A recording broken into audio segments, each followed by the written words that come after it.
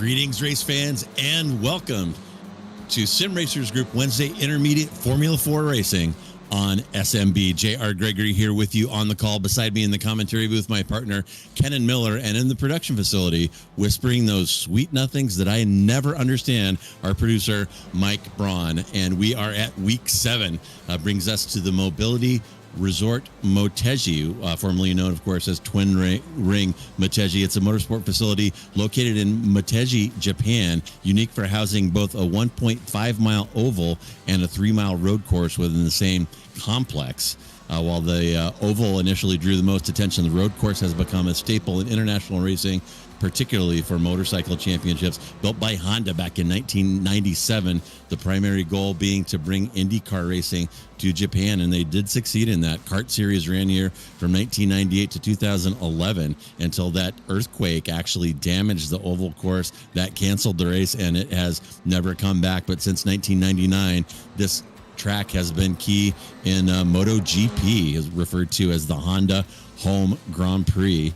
And this is one of a couple tracks. You probably know Suzuka, built by Honda as well.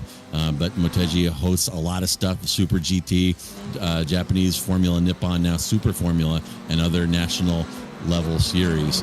So Kennen, this track, I think, may be one that is not used a lot. I'm seeing a pretty broad spread of times on the timing tower so far in practice. That usually means that there hasn't been a lot of practice put in, and the track hasn't gotten a lot of use. And my goodness, look at that track map. It is accelerate, jam on the brakes, accelerate, jam on the brakes, kind of over and over again here. So these drivers are going to be busy tonight.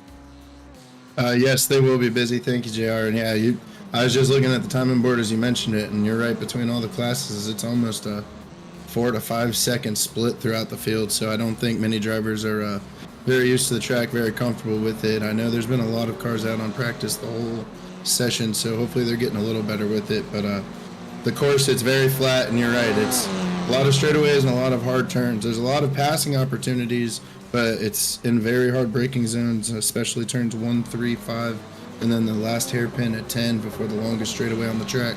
That's where you're going to probably see a lot of different action. Hopefully nothing like we saw in the opening lap last week at Phillip Island.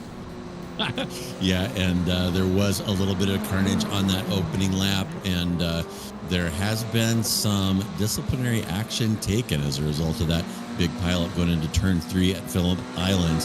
And I'm not going to name any names, but the driver's initials are Chris Cook, and he's going to be starting from the back tonight after causing that being judged. I didn't judge it, but being adjudged by league officials to be behind that kerfuffle that we saw on lap 1. And taking a look now at who is that in the 44 car? Is that Diego Posada with the little Lewis Hamilton-esque livery there, wheeling that F4 car around here. And yeah, it appears, man, we haven't talked a lot about tire wear, Kennen, in these races because they're so short, but I'm imagining that these fronts are going to get pretty hot during this one. Yeah, I think it's tire wear may not come into an issue, but if you see a lot of drivers, especially the fast ones, are achieving that lap time through using it hard on the brakes, you're going to get a lot of front end heat, and that's definitely going to make it start sliding throughout the 20 minutes. It's still such a short race. I don't expect it to be anything crazy. But anybody locks it up and slides it too many times, they'll certainly be feeling it. Yeah, and of course, if you're just joining us, folks, our longtime fans will be sick and tired of me talking about this, but if you happen to be just joining us for this Formula 4 action brought to you by Sim Racers Group, damage here is off. So this is a learning league event for these guys to kind of get their feet wet in open wheel racing, and it's more about seat time than precision. If you've driven these cars out in the wild, you know they can be quite fragile. A little bit of wheel banging can break that suspension and put you on the tow truck, but not a problem here. So these drivers are free to roll the dice a little bit more than they might on the public servers. They're free to bang a little bit, and if they slide off and happen to hit a barrier, the little magic repairmen will pop out, put those cars back together, and they will stay underway. And we've talked about it before. It's actually a pretty good idea. And on some of these tracks, on a track like this, we're starting with 27 cars. After a 20-minute sprint, I wouldn't think half the field would remain if damage was on. So keeps everybody in there, keeps everybody running, having fun, and learning how to get better at these F4 cars. And Sim Racers group does kind of see this as a ladder. They have an F3 series that is going to be hitting the ground in a big way next season, and this is kind of the stepping stone, the introduction, as it is in real life, frankly, to open wheel racing. So great stuff out here. A practice winding down, about 3 minutes remaining, and then we will go into an open qualifying session, which I think is another pretty good decision, reflecting kind of real life conditions and adding some strategy. And you see Josh Leslie there off in the kitty litter and leaving some behind on the track. That new iRacing damage model going to work there. But as I said, a lot of motorcycle racing here, and where you have fast motorcycles, you got a lot of kitty litter. So we're going to see some sand flying through this one more likely than not.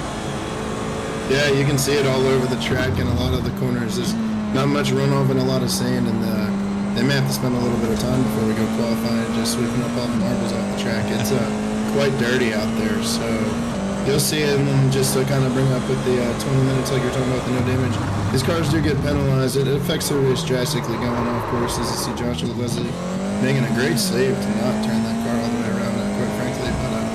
But you're getting a time penalty. If you go off track, it's going to take you a while. And no full course cautions on in this race. It's a big hurt to your run. My goodness, Leslie's car there snapping, and him showing quick opposite lock there. I'm not sure what caused him to lose it there initially. He might be playing around with his brake bias a little bit there, but showing the fast hands to collect that one. Leslie, incidentally, currently sitting in P10 overall and in P1 in the intermediate 2 class. So he is the hot shoe in that class. And speaking of hot shoes, we've got a new participant, Skylar Vickroy, currently sitting in P2. You see them there on the timing tower, designated by the orange. He is an Inter 1 driver and a brand new Inter 1 driver, and sitting up there between Poborgi and Case. He may not be Inter 1 for long. Actually, maybe possibly getting news that I believe he may have already been upgraded to Inter Alien before this race goes green. Reading through the chat, it looks like the captain, Jason Cotcher. Congratulations, Skylar Vickroy. You are Inter Alien. So I think he may have moved his way up into some tougher competition before the green lights go out tonight. Oh, all right. So, Mike, we'll give you 45 seconds to go ahead and fix our timing tower so that that's accurate for the race. But we'll keep that in mind. Vickroy upgraded, so that's going to put Wang, Corwin, and Cotcher there as 1, 2, and 3, and Inter 1. And they're the oh my God, he did it! Would you look at that? Wow. Way to rise up, Mike. I thought I was giving him a hard time there, and he was like, oh yeah, watch me do it. He did it. So our new alien Vickroy, properly designated there by the red marker on our SMB timing tower. And as it winds down, yeah, Poborgi, frequent flyer up there at the front of this field. Stephen Case, also a frequent flyer, did have the championship lead early on, but missed a couple of races. So we will show you those current standings a little bit later. But frequent flyers again in the inner 2s there. Again, the orange or yellow markings, Wayne Corwin and Cotcher.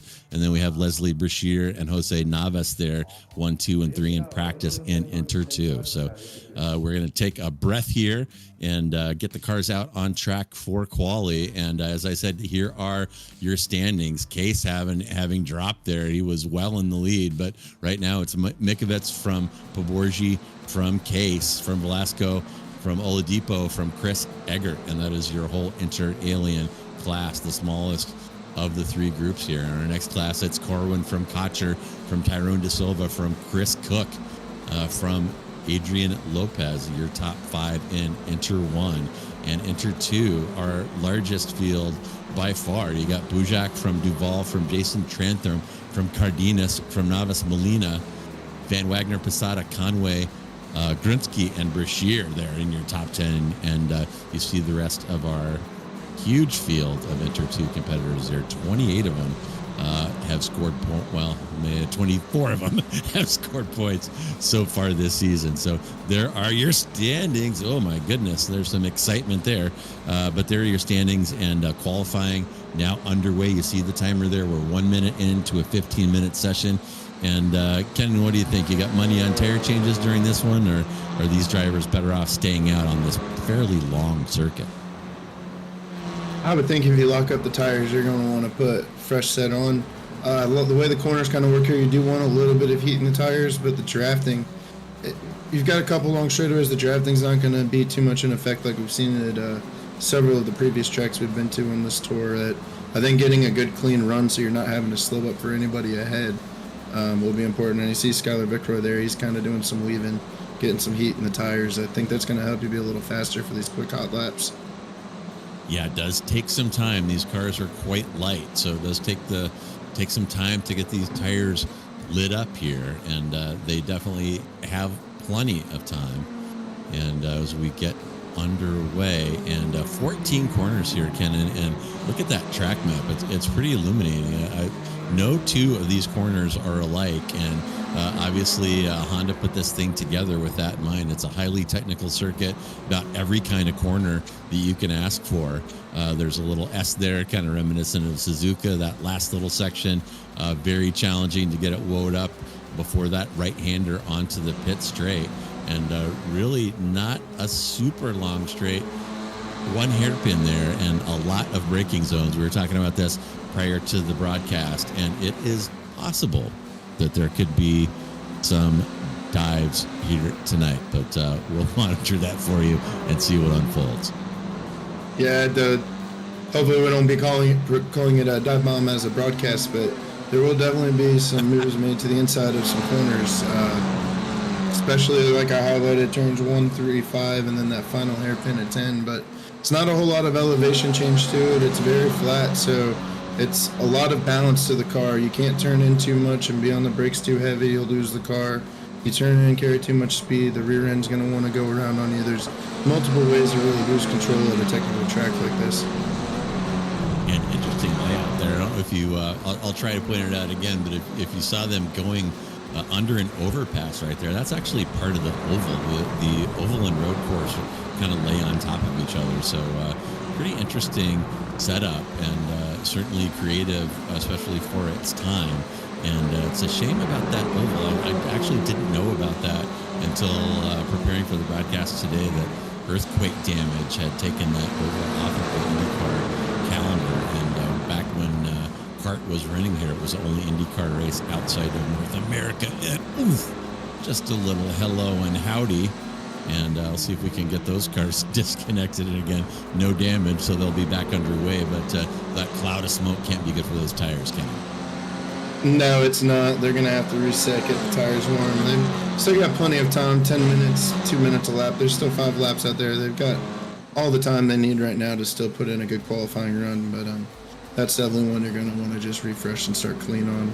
You're going to see a lot of that. Joshua Leslie there, the way he lost control, I think that was more of a braking than a speed issue. I think he just got on the brakes too hard, and when he did put a little bit of turn, it was just too fast, just shifts the weight right around. These cars are very difficult to control. Even though it looks easy, they appear like maybe they're moving a little slower, and they've got a nice front and rear wing on them. They're really quite a handful through flat hand corners like this. Yeah, and the qualifying lap's starting to come in. And look at Velasco throwing down a huge heater, almost 153 flat. And my goodness, that lap is probably clean. I mean, I guess there's a couple of places here to get a draft, but it's not a draft-heavy track like Fuji. So Velasco showing what he's got going on, and he's flying so far. Yeah, I'm really looking forward to see where Skyler puts in his time, and then same with Paborgi, because they were running in the 151s. I don't know if they'll get quite back to that in the practice session, as there's been a little more rubber put on the track. But I'm kind of thinking pole time may break over the 152s and into the 151.9s. Still a lot of time to be found out there, I think. Yeah, there definitely is. And those hot laps in the practice session may have involved a lighter fuel load. Hard to say. This is a fixed setup event. And if somebody knows if they have a separate quali setup with less fuel, you can let me know that. But I imagine that they don't. Typically in these fixed setup races, they don't. So they're out there heavy right now, and they may not get near their qualifying positions. Track temp pretty mellow. It's about 82 degrees. A little on the humid side, but nothing too crazy. You can see it's overcast, so it shouldn't be excessively greasy, which is probably good for these drivers because this track is a hairy handful. And there's Vicroy right on cue. Kennen wanted to see him do something, and he said, okay, let me take a half second off of Velasco for you. Now we're down to 152.5 on the pole. Yeah, you could see him. We were showing him a little bit on the broadcast, and he was definitely on the outlap and probably even that first lap into his qualifying run. He was taking it very slow, taking it easy, getting the heat in the tires. He let several cars go by ahead of him so they could get their times in, and then looks like going in that final set of corners, he just decided to start taking off and put down best time of the board so far with just about halfway through qualifying. Yeah, nearing the halfway point, and so far it's Vicroy from Velasco from Oladipo here, and on the that's 1, 2, and 3 in Alien, and we got Corin from Wang from Cotcher 1, 2, and 3 in intermediate 1, and intermediate 2 it's Bujak from Grunsky from Novice, who just jumped up, I think, there as I was talking. So these lap times are going to continue to fall. I know that Case wants to move up, and I doubt that he wants Vicroy to have his debut off the pole, so these guys are going to be gunning for him for sure. Yeah, and it looks like Poborgi's back out on track. I don't know if he's having a mechanical issue. They had to work on the car in the garage for a little bit, but I do see he has yet to post a time the whole session, and it does look like he's back up to speed out on track. So I'd pay attention to see what his lap time comes in at. I think he'll definitely be looking to run to the front. And Chris Wang with a really huge time there, putting second on the board. Wow, that was a good lap. He almost tested Skyler for the pole on that. Yeah, and speaking of missing aliens, there's Mikovitz's first lap. He jumps up to P5, and he also had not set one. Poborgi is out there, but no laps on the board yet, so it's Vicroy from Oladipo from Oladipo, sorry, from Mikovitz, 1, 2, and 3 in Alien, then Wang from Corwin from Cotcher in Inter 1, Navas from Bujak from Grunsky in Inter 2. And that is, we're at 8.5 minutes now, so about 6.5 to go. Plenty of time left. And as we burn off fuel, get those tires going, we may see these cars approaching their practice times. It looks like Vicroy, it was showing he was pitting in and now showing an outlap. I don't know if he crossed the pit entry line or something. That's an error on our timing board, but Vicroy may have stopped for rubber here. Yeah, it looks like he did. He must have either stopped or reset, put 4 fresh ones on. He's got enough time to probably do a good 3-lap run and get a fast time. So I think he doesn't. I think he knows he left a little bit out there, even with his pole time lap right now. And look at Wang. He is looking good. We've seen Wang kind of hanging around with the pros the last couple races. I remember that he was within shouting distance of a podium overall at Fuji. So he is definitely a hot runner, and he's showing it here, only 68 thousandths off of Vicroy's current pole at 152.5. So Wang looking good out there. He has found his groove, and as we were saying before, pretty big spread, and I'm not going to count. I'll chop the outliers off the bottom, but even down to Suresh Kumar, it's a 6.5 second spread between pole and the bottom of the grid. So this track proving difficult for these drivers to get consistent on and gain mastery of. Yeah, I'm trying to still figure out. I'm trying to do some research here on what happened to Danush Poborgi again. We're waiting to see what his time looked like, and he kind of just came to a stop there on the straightaway and did not post a time. I wonder if he's having trouble maybe putting that car right on the edge of the curbs and catching an off track, and they're not allowing his time to post. But very odd there. The fastest car in practice has not been able to post a time yet with just 4.5 minutes left in qualifying. Yeah, and we're seeing Poborgi there in that 023 car. And according to our stats, which may or may not be accurate, he's showing 3 off tracks. And he certainly had time to put down more than 3 laps. So not sure what is causing his struggles today. And meanwhile, Stephen Case heard us talking about him and smoked Viceroy's pole lap by almost 6/10. So Case is back. Like I said, he missed a couple, but he was always at the front vying for the victory and sitting in provincial pole right now with about 4 minutes remaining. Yeah, I think he knows the last 2 races, for whatever reason, I'm not being able to start, to set him back a little bit, and I think he's ready to jump back in and take his reign at the top of the throne. And that's quite a quick lap, almost breaking into the 151. So I think we know Skylar Viceroy thinks his car's got a little more in it, but we'll have to see if he can get it done with a little bit of time left on track, as you see a couple cars going wide. I think that's what's really struggling with some of these fast lap times, is trying to maximize everything you can out of the line on a flat track, and you can't really lift to kill the momentum, but if you go wide and get that off track, I think it just ruins your lap. So we're going to take a quick spin around the track with Borgi, and Borgi's still not setting a lap. I saw him in a little bit in the dirt, and he's in the dirt again right there. That had to be an off, Kennen, and this track is fighting Borgi and winning so far, as Borgi still not able to put down a lap, only 3 minutes left. And you see him highlighted there. He's about, I'm going to say about a third of the way through the lap, maybe about half the way. But he's only going to have one more crack at putting a lap down, or he's going to be starting from the back. I guess sometimes that can be fun to drive in what we call a target-rich environment, but I kind of doubt that's how he wanted his qualifying to go. yeah, no, I don't think so at all, as you see him getting ready to go into turn 9, and he's definitely trying to get the most out of it, but unfortunately, out of control doesn't always get you a time, and I think he should be able to get one more run. I think he got an off track there when he was going through 3 and 4, but I think he had to stay in it so he knew he could cross the line and at least have enough time to get one more lap. He actually may be able to get 2 more laps in here with the timing as he crosses the line with just over 2 minutes left in the session. So, and forgive me, was that the start-finish line that he just crossed? Okay.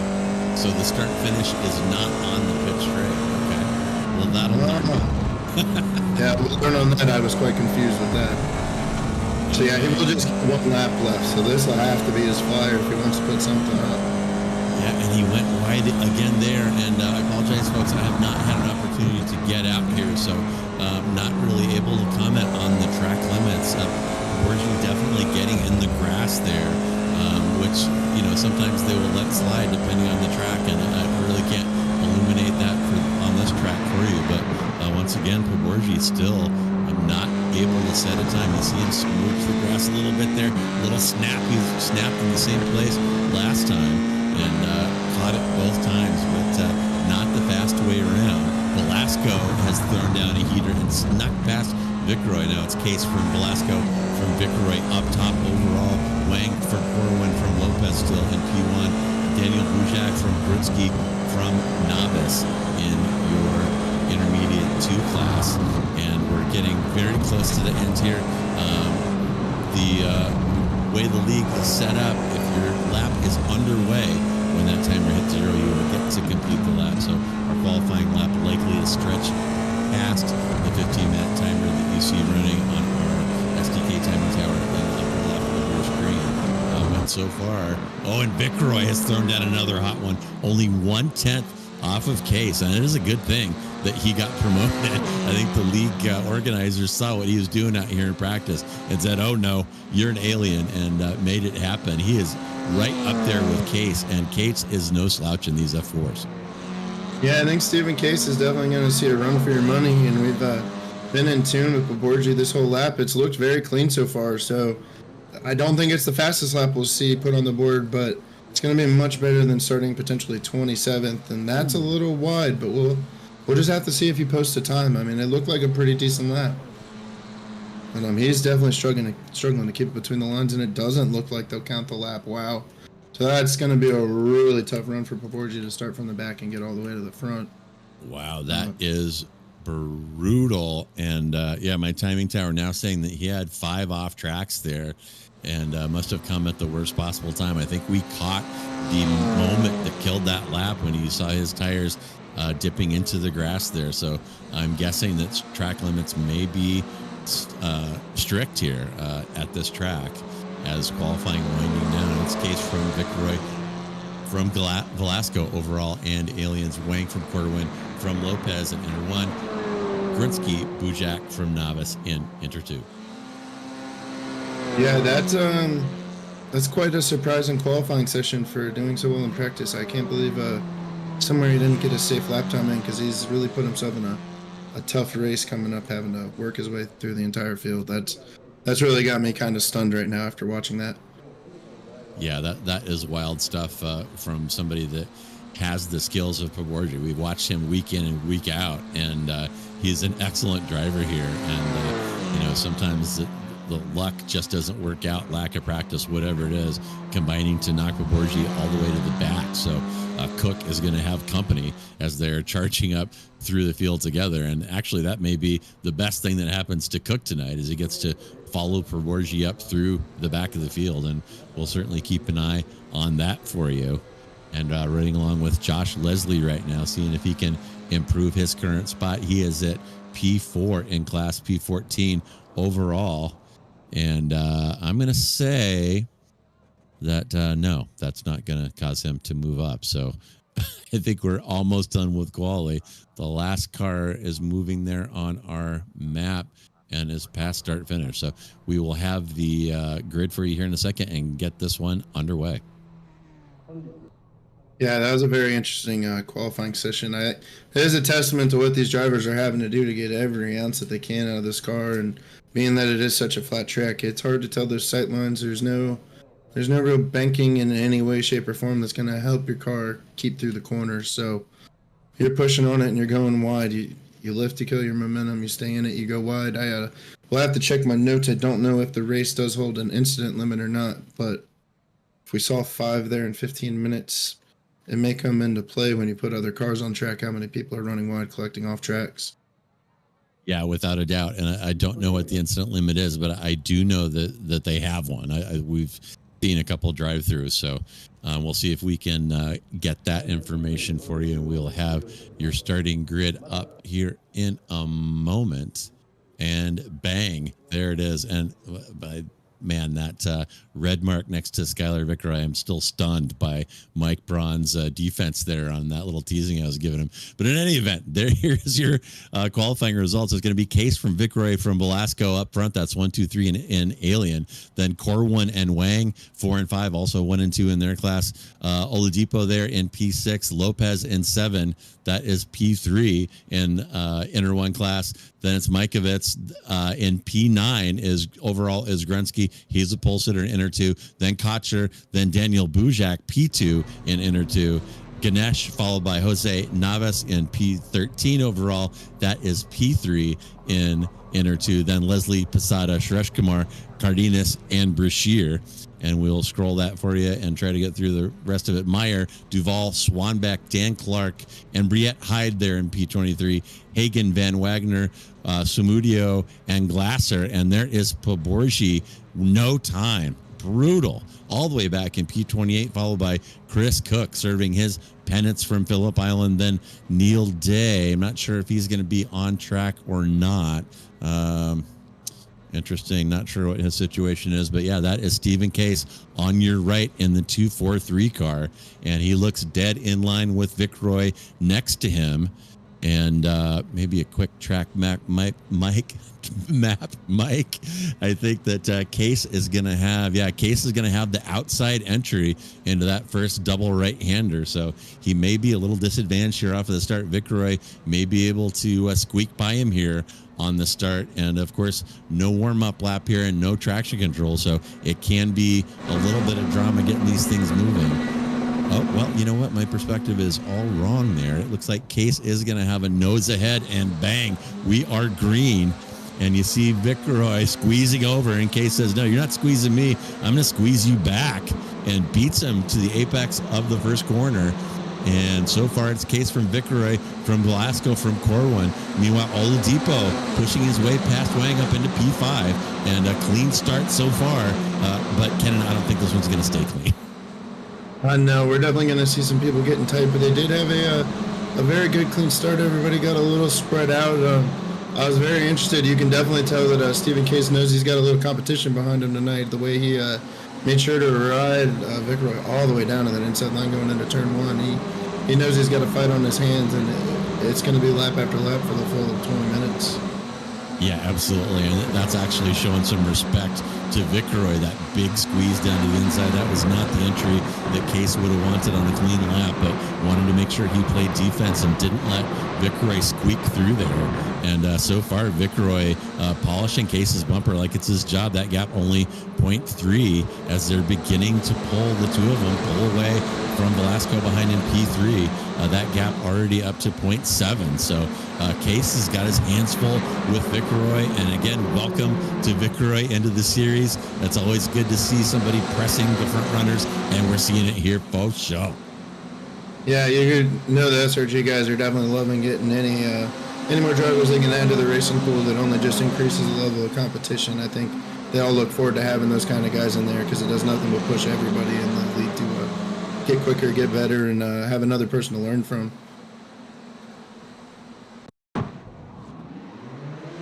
And we're going to take a quick look at Poborgi getting off the line here. That is him in the red and black car. And starting all the way from the back. And yeah, no, I'm just going to go 1, 2, 3, 4, 5 positions picked up so far, and kind of muscling his way through the inner two field there. But he picks up a quick 5 in the first couple of corners. We'll keep an eye on him. Obviously, he's an early favorite for hard charger here. And as I look at him right now, he's sitting in P13. So Poborgi, despite that bad qualifying, has already made 15 positions, Kenny. We haven't even got a lap in yet.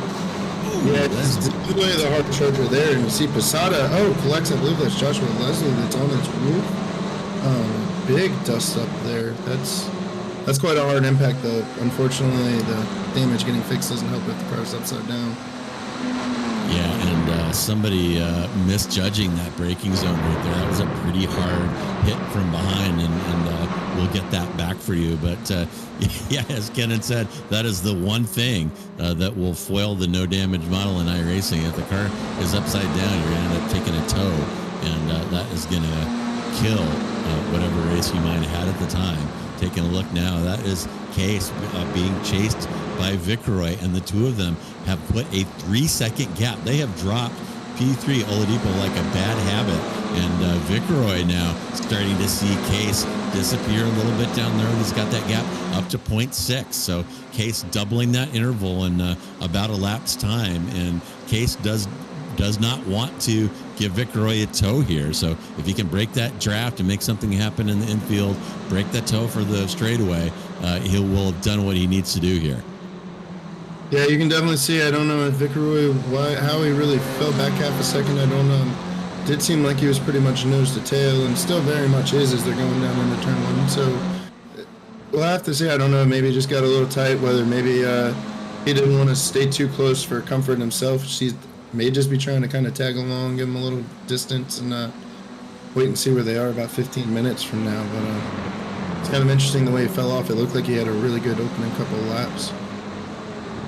And meanwhile, we're gonna show this crash. This may be that rear ender that we were looking at before, live on a little spinner, a synchronized spinning there, a sympathetic spinning.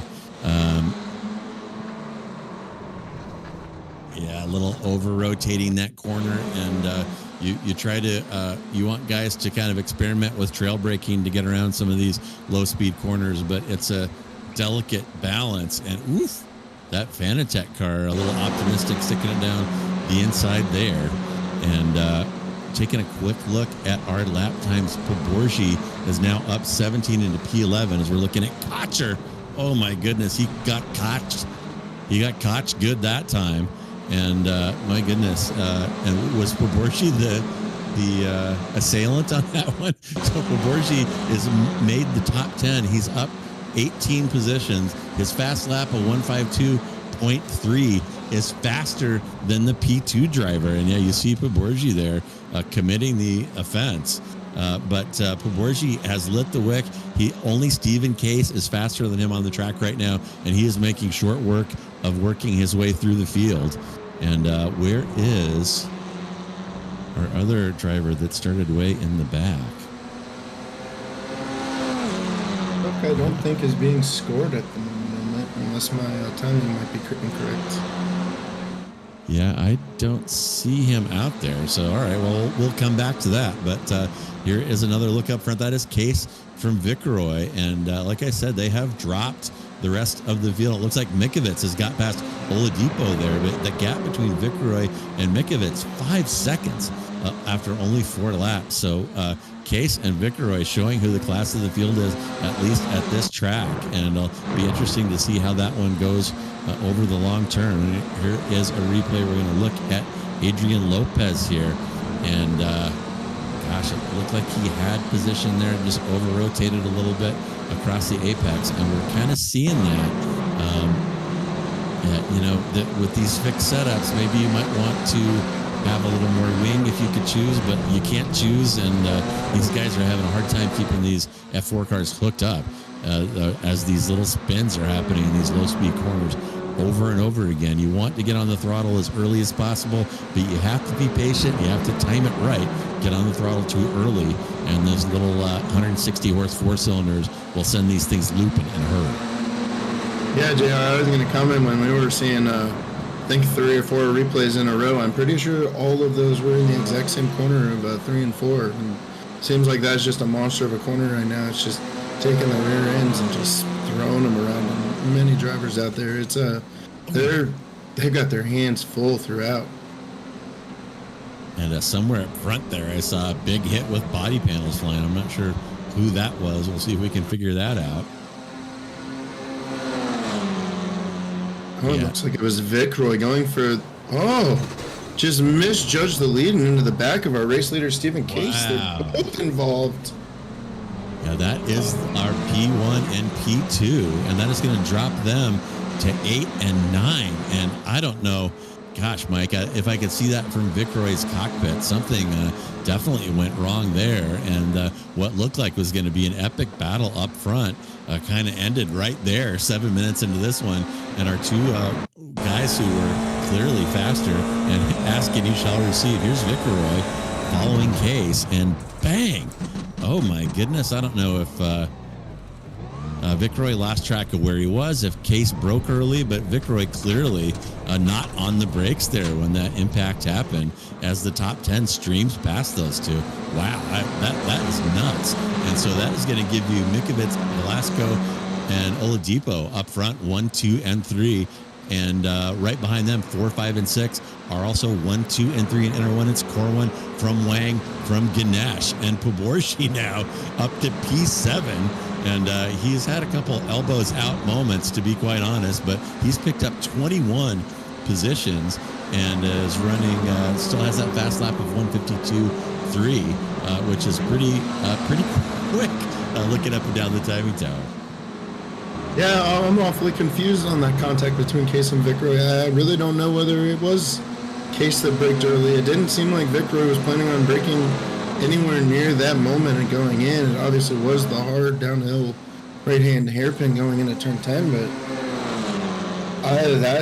that has me quite confused. I mean, I guess they were past all the brake markers, so maybe just a misjudgment, a little bit lost. I mean, you see it all the time. You get two very fast drivers like that, and you start to zone in into just what you're doing, and sometimes the outside things go away, and next thing you know, you realize you're not even thinking straight. Mistakes can happen like that when you've got two guys pushing on each other. I will say, looking at the timing and scoring, it's possible Stephen Case and Vicroy could make up the 5 to 6 seconds. It looks like they're behind from the leader, Kalen Mikowitz. It's not even halfway through the race yet, and they did put 5 seconds on in about 7 minutes, so nothing's out of the question yet. It's definitely a little bit tougher of a ride to get back up there, though. Oh, what are we looking at there? That is Case working his way back up and knocking off Poborji. And Poborji, not easy pickings by any means, but Case hurriedly trying to make happen what Kennen was calling there to try to get that 5 seconds back. Like Kennen told you, they managed to put 5 seconds, those two, on F3 at the time. And so if they can put that kind of pace together again, they might be able to get back in podium position. But tick, tick, tick, these races go by so quickly. Only about 9.5 minutes left to make it happen. Yeah, I think time's really the biggest question here. You factor in having to pass essentially the fastest cars to get back to the front. They're not going to let you go by easy after you've had the mistake. So they're going to have their hands full, but it's certainly not out of the realm of possibility. We'll have to definitely keep an eye on that as they're coming back through the field. I think Stephen Case may be getting ready to make a move on Velasco here shortly. Take a look at Wang there. Another great performance from him, and for the second time this season in position for potential podium. And there's Case now taking a little peek inside of Velasco. He's also has to cover Poborgi behind, and that is really going to compromise his line through there. It's going to give Poborgi the inside look in this next sequence. Oh, I thought Poborgi was going to be able to stick it in there, but Case manages to hold on, and I spoke too soon. Little commentators jinx their Case getting loose off in the grass. Poborgi is going to have the inside into the next corner here, and nonstop action with these guys. It looked like Case's action was going to be up front, but now he's found himself working his way back up. Oh, and a bad run there from Poborgi as Case is going to get through there. It looks like Vicaroy might follow him as Poborgi getting really loose on that exit, going wide, gets the position back, I think, from Vicaroy. But this is all happening so fast, I may have lost track of it, Kennen. Yeah, that was our current 1-2. Vicaroy's gotten by Case now, and Poborgi's actually found himself pulling away a little bit as he has a little side-by-side contact there, I believe, with Velasco. You're going to see Vicaroy and Case looking on the inside to try and get by them as quick as they can. But it's actually Vicaroy was behind there a little bit. I think that little dancing session that Poborgi and Stephen Case were having allowed Vicaroy to get right back up into the fight for sixth. Goodness, and look at this dicing side by side. Vicaroy showing that he belongs among the aliens, and a little wiggle there. And who is that purple car? Was that Velasco? Velasco with the big save there. He was about to send that car on a spin, and all kinds of action up front here in this one. Usually we get this kind of scrapping in the mid pack, but it's all happening in the top 10 tonight. What great stuff! Yeah, this has been really good racing. Having Case and Vicaroy fall back has obviously made it quite intense in the middle of the field trying to get back through, and you're actually kind of seeing, I think you're seeing some of these inter-alien drivers are watch them make their mistake, and they got by them, and I think they want to give them a fight now that they're not just walking away with it from the opening light. Yeah, and I think camera focus now on Vicaroy looking forward at Velasco, and Casey's got Poborgi behind him, and now we'll jump to Corwin, who's sitting in a podium right now. That's overall P3 and P1 in inner 2, or inner 1 rather, as Mikovits kind of driving away off in the distance there. Mikovits managed to put down a 2-second gap, as Kennen told you, with all the scrapping going on behind him. That's fine with him. That's what he loves to see in his rear view, as he's starting to drive away now, and time really running out for these other competitors. Corwin's got a nice gap behind him as well. Something has happened to Wang, though, as Wang drops down. He might have had an incident. Now it's Mikovits from Oladipo, and lost that for a second from Corwin, from Poborgi, Case, Velasco, and Vicaroy. Wang now all the way down to 8, and there it is. My goodness, these guys are really struggling to put the power down in some of these low-speed corners, and it was kind of what I was anticipating once I saw this track map, Kenny. Yeah, it goes right back to turn 3 again. It's just eating the rear ends of these cars alive. I wish I had started from the first lap putting a little tally after we've watched so many replays. I mean, that has to be the 9th or 10th spin we've just shown just on replays. At turn 3, the cars are going in there so fast down the straightaway, and you carry too much speed with the hard braking, and the rear end's just going right around on a lot of these drivers. It's probably been proven to be the most testing corner of this entire race. And you see the graphic there in the lower left. That is Corwin's actual expression right now, as he's sitting in P3 overall, P1 in class, with only 5 minutes left. He's got a nice escort there by Oladipo, and Poborji behind about 3 seconds. Poborji could close that down, but Corwin just needs to keep his eyes forward, keep ticking off those laps, study Oladipo, and hang in there, and he'll have his best finish of the season. Yeah, Corwin's having a great run, and I guess you have to think big picture. I do think Poborji is going to be able to get to Corwin, but he's still well in hand by 5 seconds over second place in the inner one groups of Christopher Wang back in 8th. So, I mean, even if you're 4th overall, you're the winner of the group. You need to be racing, and that's really what you've got to be focused on. You don't want to get too caught up racing for 3rd overall and cost yourself the class win. Yeah, absolutely, and Corwin would be wise to remember that. Poborji definitely has time to reel him in here. He's taking about a second lap out of him, but these laps are a little longer. They're almost 2-minute laps, and I don't know, 4 minutes left, probably 2 or 3 laps to go. Corwin could hang on, and as any racing driver would, probably wants to hang on to that. And there goes Posada now in that Lewis Hamilton car, making a move, getting past Swanback. Is that battle right there is for P17. It's Posada from Swanback from Cardenas, and another swap there between Posada and Cardenas. A lot of action all the way up and down this field, as is always the case in the Sim Racers Group Formula Ford racing. It's fantastic stuff. Yeah, it doesn't matter whether the race is for 1st or 17th in this league. If you're out there and you're racing clean and competitive, there is somewhere on that track for you to have some really hard-pounding moves. And you see these 3 cars racing for 17th. They're having the time of their lives right now, trying to put it on each other, and they're all very equally matched right now. It's going to be a chess match coming down in the last 2, maybe 3 laps. And I got to say, I haven't done a lot of work with this track, and it's kind of fun how it appears to encourage side-by-side through the corners, except there's multiple lines through some of those long constant radius corners that are allowing some of this tight racing.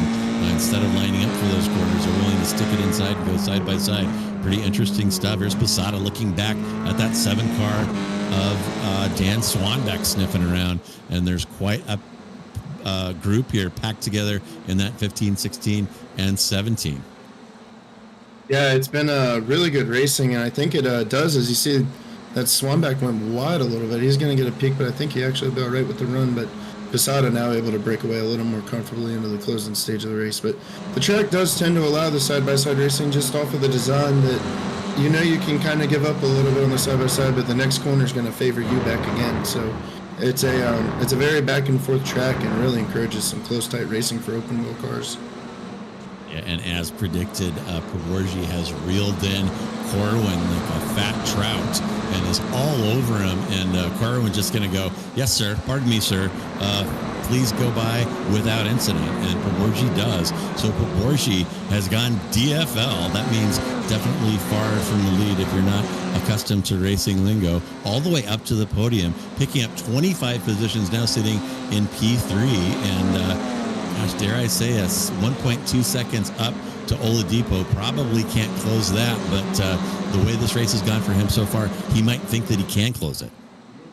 Yeah, and you know Poborji's there. He's driving just crazy right now, turning off probably the best laps throughout the entire field, and it does look like he had a lap almost 7/10 faster than the leader of Mikowicz right there. So he's definitely going fast. I think he's kind of kicking himself in the rear, though, that he wish he put together a better qualifying run. He probably feels like he's still giving up 2 positions he shouldn't have. Oh, my goodness. And look how quickly he's got Oladipo, and he is the fast lapper, 151.6. And that is almost a second quicker than your current P1 runner. So, my goodness, Poborji is just on fire right now. Time running out, but I would imagine that he wants to take a crack at Oladipo here, and here it comes. Using the draft, Oladipo is going to cover the inside, and Poborji will swing around the outside, try to get a setup for the next corner. Poborji not giving up here. Can he finish this race 26 positions ahead of where he started? Oh, very close there, almost a little smooch. Poborji has the inside line, and Poborji barges through. How many colors of paint are on that F4 car? I bet every color of the rainbow, as Poborji has gone all the way through this field, elbows out like a hot knife through butter. Holy cow. Yeah, he definitely knew he had to take it, and he had to take it now. He's running good. I think he's run out of time to be able to get to Mikowitz. You never know. We could see it, but I think Oladipo getting through while he was past. He touched the curb. He got a little loose. I think he thought better of it. They almost had that side-by-side, decided to let Paborjan through and make sure he secures a nice, decent finish, doesn't have a mistake here in the winding laps. And looks like we may go a little long here. Let's see. I don't think the white flag is out yet. And Mike, you can correct me if I'm wrong. No, it looks like Mikowitz is going to... Oh, the white flag is out. All right. Well, we completely missed that. Here comes Mikowitz to take the checker. And again, a little confusing here. The start finish is not on, or the start line is different from the finish line. Okay. Showing my lack of knowledge of this track, but suffice to say, Mikowitz has taken the checker after a wild one up front. My goodness, that contact between Vicroy and Case completely changed the complexion of this race. So it's Mikowitz from Paborji from Oladipo there on the podium, and Paborji, give him another couple laps, and he would have had a crack at Mikowitz as well. Absolutely smoking fast. His best lap 151.6.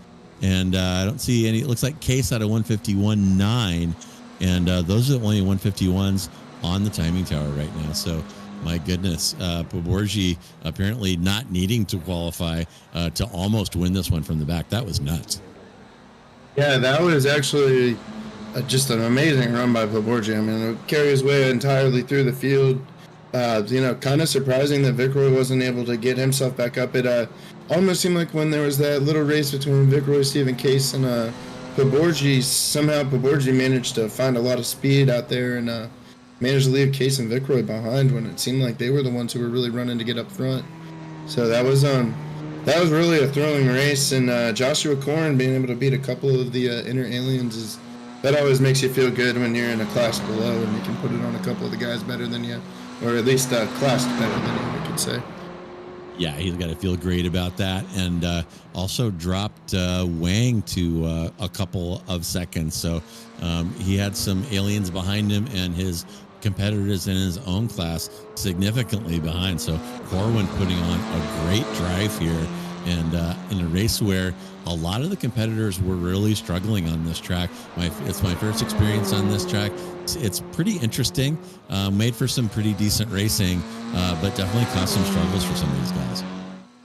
Yeah, and it looks like down here on pit road, I've been getting a little bit of reports on that incident between Case and Vicroy, and seems like Stephen Case maybe misjudged the brake marker that he was at and accidentally got on the brakes at the 150 when he meant to get on it at the 100. Just thought he was already at the right brake marker, got on too early, and that's what led to Vicroy running into the back of him seemingly at full speed with no brakes. So kind of clears up that on why that all happened, because that certainly had us baffled when that occurred.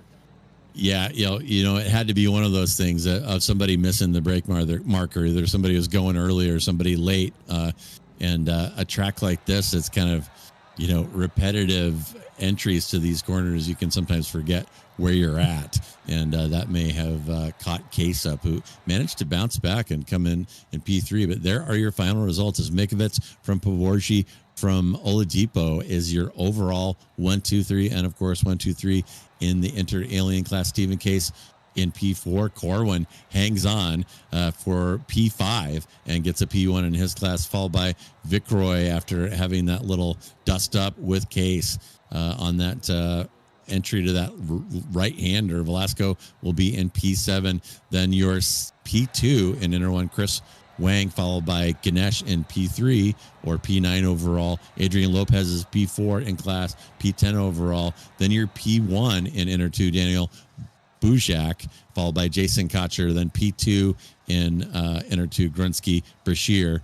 Now we're down to P15. It's Navis from Duvall, from Van Wagner, from Suresh Kumar. And after Suresh Kumar, it's Meyer, Swanback, Hyde, Cardenas, Posada, Samudio, Dan Clark, Glasser, Leslie, Hagen, and Day. And it looks like a few folks not finishing there, and or maybe not starting. Is that plus 11 folks who didn't start? And that would explain Chris Cook just decided to hell with it. But gosh, it seems like if he would have tried to follow Paborji, he might have been able to make something happen there. But my goodness. So what are your thoughts on that one, Kennen? That was a wild one. Yeah, that was definitely an event-filled race. I mean, from start to finish, we really had it. It definitely started to feel like it was going to be a little bit of a runaway to what we had between the top two, and it was definitely going to be a thrilling fight. And then it seemed like the moment they got into the back of each other, it just set off everything throughout the race. That next thing you know, you've got some cars just really powering through hard, some hard racing, a little bit of side-by-side. We even saw a car go on its roof tonight, which is just, you don't always see that every week. So that was quite a interesting race. I know one thing I never really mentioned in the broadcast, but I was keeping an eye on him throughout it, was Thomas Brashear. Started in 18th and actually had a really good start within the opening lap, was up 5 positions. Ended up finishing 14th, only 4 positions from where he started the race. It seemed like he had a great opening lap, and then just couldn't really do much else with the car after that. So it was definitely a good race to watch. I think that was fun for all of us up here in the booth. Yeah, good stuff for sure. And looks like we got a couple folks stopping by to chat with us here today. And we are going to go ahead and bring in Ope Oladipo. If I got that correct. I've been struggling a little bit with that one. Ope, it looks like you finished, where were you? Yeah, P3 overall. Managed to move up 3 positions and kind of benefited from a little bit of carnage on track, a little bit of a messy race here today. But how did that race go from your seat? You got the name right. So, but it went well. I think I was very surprised by where I ended up. I have not felt very fast on this track and with this car combo. So yeah, I'll take it. I'm really happy.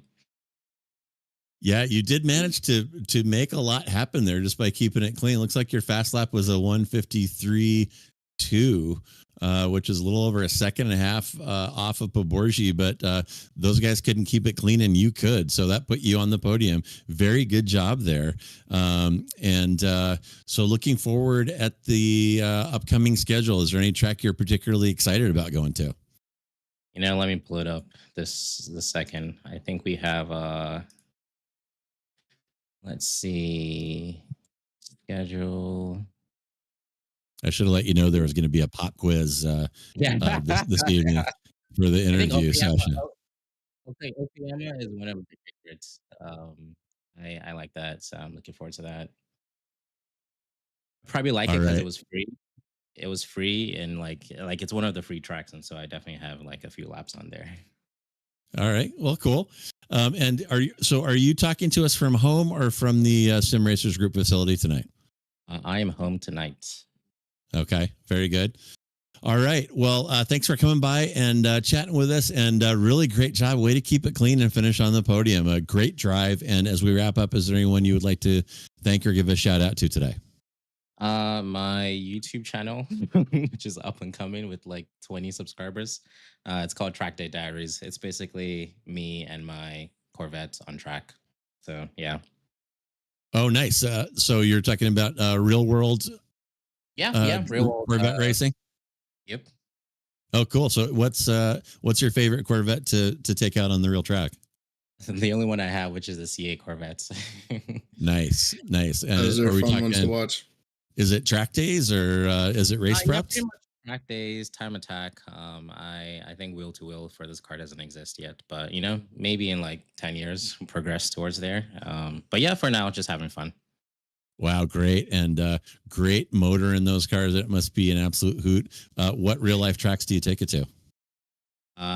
Laguna, Sonoma, Buttonwillow, and Thunderhill. Nice. Wow. That is a great list and great car. So congrats on that as well. And repeat the name of your YouTube channel if people want to check out that you flogging that C8 around those classic NorCal tracks. It's called Track Day Diaries. Track Day Diaries. Well, check it out and watch Ope flog that C8. I'm sure it is worth watching that thing bombing down the corkscrew. And incidentally, if you're in the neighborhood, you should be able to find me sitting at the corkscrew about this time next week. So for ALMS. Well, Ope, thank you so much for coming by, and we'll see you next week. Thank you. Bye-bye. All right. right. And we also have waiting for us Rafael Cardenas. I think Rafael is currently sitting in the lead in Inter 2 and pulled off P22 overall today. Looks like you lost a handful of positions off of qualifying. So this race may not have gone awesome for you. It was a little messy. Did you get caught up in some of those problems that we saw on track? Yeah, a little bit. It wasn't just bad timing, I guess. And I try to be as cautious as possible.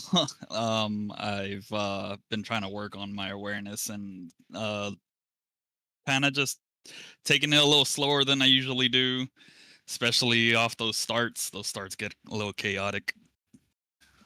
Well, yeah, for sure. This is definitely a learning league. And one of the other guys on the grid, Ope, was telling us that he ended up on the podium by keeping it clean. So there is a lesson in that. This was a very messy race. A lot of guys had problems putting the power down. We saw a lot of spins. Kind of a tough track. What was your impression of the track? Did you enjoy driving on it? Yeah, I enjoyed driving on it. I do feel like there's a lack of traction on this one. Maybe it's because the track is so flat. There's not a whole lot of camber to the road surface here. Yeah, I was wondering about that. I was wondering if maybe a little bit more wing might have been in order. There were lots and lots of spins, and I'm sure you'll watch the broadcast later. But your cohorts out there were having a hard time putting the power down. So interesting, and that's the fixed setup giveth and taketh away. You don't have to mess with it, but it may not be dialed in to suit your driving style. So I guess you have to make adjustments to that. So I'll pull the same pop quiz on you. I pulled on a previous victim up here in the booth. And is there any track that stands out on this upcoming schedule that you're particularly excited about? I haven't had a chance to look at all of them. I did take a peek. None of them really stood out to me. I was actually trying to see if Thruxton and some other tracks were gonna pop up on the list. I didn't see anything. Some of the tracks I've had previous wins on, and kind of a little disappointed that I wasn't seeing anything familiar. So like all these tracks that are coming up, it's gonna be pretty new to me. This one I did once before, but that's about it. Yeah, and you're following the Asia Pacific F4 schedule, I think. So there's a lot of tracks that don't get a lot of use. And I guess one that stands out for me is you're going to be returning to Australia for Bathurst. And it'd be interesting to see these F4 cars between the walls up on Mount Panorama. But in any event, as we wrap up, Raphael, thank you for coming by and chatting with us. Is there anyone you'd like to thank or give a shout out to today? Oh yeah, as always, shout out Jason Cotcher. He's puts everything together, makes this possible. Like at the time when I first found out about his location, the in-house racing, he was still pretty fresh. Like because periodically I search up I was searching up sim racing places to go to, but like nothing in the area, and then he suddenly popped up, and yeah, like he made it possible, got me into this, and I've been racing ever since. And like I'm into cars, and so like it does tend to translate to real life knowledge, and he's been giving me great pointers on like what to do. So like always a shout out for him, like, and Sim Racers Group. Yeah, that's awesome. And how cool that must have been when that Google search returned the Sim Racers Group facility near you there in San Jose. That is a sweet story. All right, man. Well, thanks so much for stopping by, and we will see you next week. All right, for sure. See you again. All right, man. All right. And that was Rafael Cardenas. And our last victim today will be Alex Velasco, managed a P7. And Alex, you were in the part of the grid today that was nonstop madness. There was some hella racing all around you, and a hella racing that you were involved in for a big chunk of that one. So how'd that race unfold for you? It's definitely a battle. Just trying to keep everybody that's behind you. That's how defense works. But overall, I think I made a mistake in the beginning, and then it was just constant battling. Couldn't let up, but also it was probably one of the funner races that I've had. Pretty interesting rundown of battles. That's for sure. Yeah, it was a great race, and there's something about the track I think kind of encouraged a lot of side by side stuff that we haven't seen in previous races. Seemed like a lot of these medium speed corners had multiple lines through them that kind of would encourage you to go side by side, and it got so frantic that I'm not sure we did your part of the race justice, but you were definitely fighting hard there for a big chunk of it, and you got some screen time out of it. So very well done. And I'm not going to ask you the pop quiz question that hasn't been going over very well, but as we wrap up, is there anyone you'd like to thank or give a shout out to this afternoon? Yeah, I just want to thank you guys for putting on the show. It's been amazing, and at home, my buddy Kyle, he watches me race. He's my roommate, and he's been doing a lot of nice things for me lately, so I want to shout out him. He's been helping me build my sim rig, and now it's all set up, so I'm ready to pull some faster laps soon. Oh, nice. So did you start out in the SRG facility and then set something up at home? Initially, yes, but then I had a previous welded steel rig frame, and now I've got a protruded aluminum. It's kind of allows you to be more modular with it. I don't need to cut and re-weld things as I go along. It's more of like twist to loosen it, and it's modular. Right. Well, yeah, and I've been there when something seems perfect, and gosh, I wish it could just move an inch. Let me just cut it off and tack it back on. Yeah, I feel you. Well, thank you so much, Alex, for coming by and chatting with us, and we will catch up with you next week. Much appreciated. Thanks, everybody. All right, very good. That was Alex Velasco, and he's somebody that the SRG folks would give a shout out to. He provides a lot of IT support over there at the SRG facility in the east side of San Jose. So really great stuff, a brick and mortar facility with 10 sim rigs lined up next to each other. You can show up there with your buddies and get involved in all kinds of mischief and mayhem on the track and off. So it sounds like those guys are having a great time down there. And Mike, what are we doing next? We want to talk about our new client. Yeah, Slow Motion Broadcasting is super stoked to announce a new series here. Extreme Motorsports are going to bring IndyCar racing to Slow Motion Broadcasting, and we're going to bring that to you starting tomorrow at Portland International Raceway, a stone's throw from where I'm sitting right now. A super fun track. Granted, it is it's no Nürburgring or VIR or a lot of other more complex tracks, but it is tricky, and there are nuances to it, and you got to love the cars bombing down that back straightaway. I stood up there on the berm next to a law enforcement officer with a radar gun during an IndyCar race, and those guys get flying on that entry into turn 10. So it is going to be action-packed. Encourage you to tune into that one. That is tomorrow night here on Slow Motion Broadcasting. And speaking of that, don't forget to hit that subscribe button and hit that notification icon so that you don't miss any of the action. And somebody real quick whisper to me what the track is next week. Anybody?